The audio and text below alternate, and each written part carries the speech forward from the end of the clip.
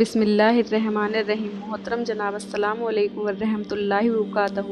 اس video میں ہم بات کرتے ہیں معراج واقعے کی، جو اس طرح ہے۔ مسلمان سن 790 میں صحاب ابی طالب میں قید کر دیے گئے تھے۔ سن 1090 میں بائیکاٹ ختم ہوا۔ پورے 3 سال درے میں پڑے رہے۔ یہ سال جس سختی، جس مصیبت اور جن تکلیفوں سے مسلمانوں نے گزارے، ان کا 100واں حصہ بھی بیان کرنا اس زمانے کے مسلمانوں کے دلوں کو ہلا دینے کے لیے کافی ہے۔ سن 1090 میں جب بائیکاٹ ختم ہوا اور مسلمان اپنے گھروں میں واپس آئے تو خیال ہوتا تھا کہ شاید قریش کی بیجا سختیاں اور نامناسب اور ظالمانہ ظلموں کا خاتمہ ہو جائے گا، وہ مسلمانوں کو ان کے حال پر چھوڑ دیں گے، پر ہونے والے واقعات نے بہت جلد بتا دیا کہ کفار قریش پہلے سے بھی زیادہ سخت ظالم ثابت ہوئے۔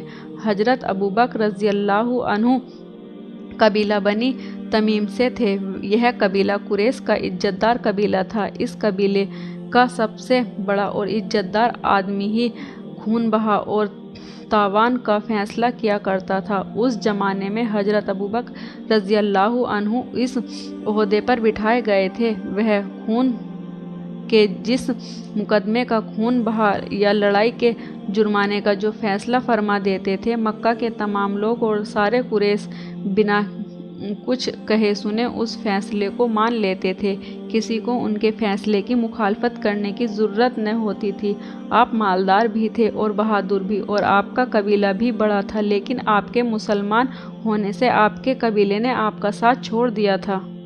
ابی طالب سے نکلے تو اپنے مکان کے آنگن میں ایک چبوترا بنا کر اس پر نماز پڑھنے لگے اور اللہ کے کلام کی تلاوت کرنے لگے۔ چونکہ آپ بلند آواز سے قرآن مجید پڑھتے تھے، اس لیے آپ کے پڑوسیوں کو یہ حرکت بہت ناپسند تھی۔ انہوں نے آپ کو پریشان کرنا شروع کر دیا۔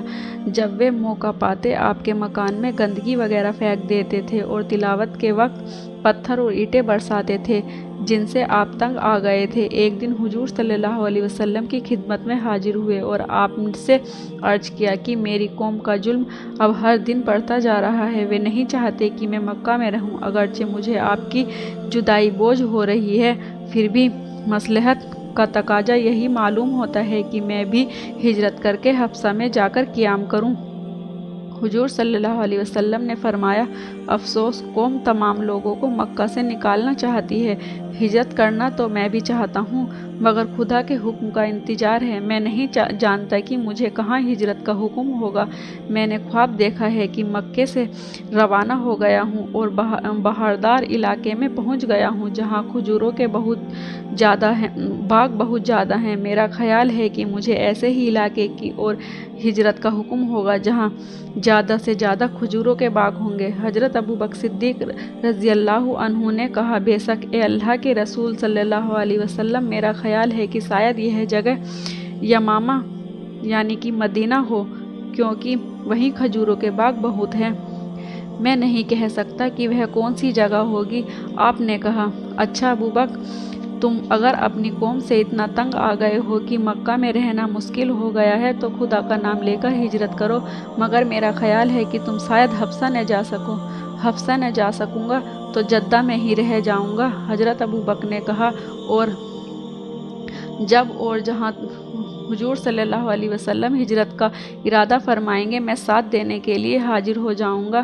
یہ کہہ کر حضرت ابوبکر صدیق رضی اللہ عنہ اٹھے، اپنے مکان پر آئے، اونٹ پر سوار ہوئے اور چل پڑے۔ کچھ فاصلہ طے کرنے پر قبیلہ مکارہ کے سردار ابن الدگانہ سے ملاقات ہوئی۔ ابن الدگانہ ابھی تک حالت کفر میں تھے۔ انہوں نے کہا، کہاں جا رہے ہو ابوبکر؟ مجھے میری قوم نے اتنا ستایا ہے کہ میں نے مجبوری کی حالت میں ارادہ کر لیا ہے کہ مکے سے نکل کر کہیں اور چلا جاؤں تاکہ آزادی سے اپنے خدا کی عبادت کر سکوں۔ قوم کتنی مورخ ہو گئی ہے کہ آپ جیسے نیک آدمی کو بھی مکے سے نکال دیا ہے۔ ابن الدگانہ نے کہا، شاید اس قوم کی تباہی کا وقت قریب آ گیا ہے، لیکن ابوبکر، آپ کو مکہ سے نہ نکلنا چاہیے تھا۔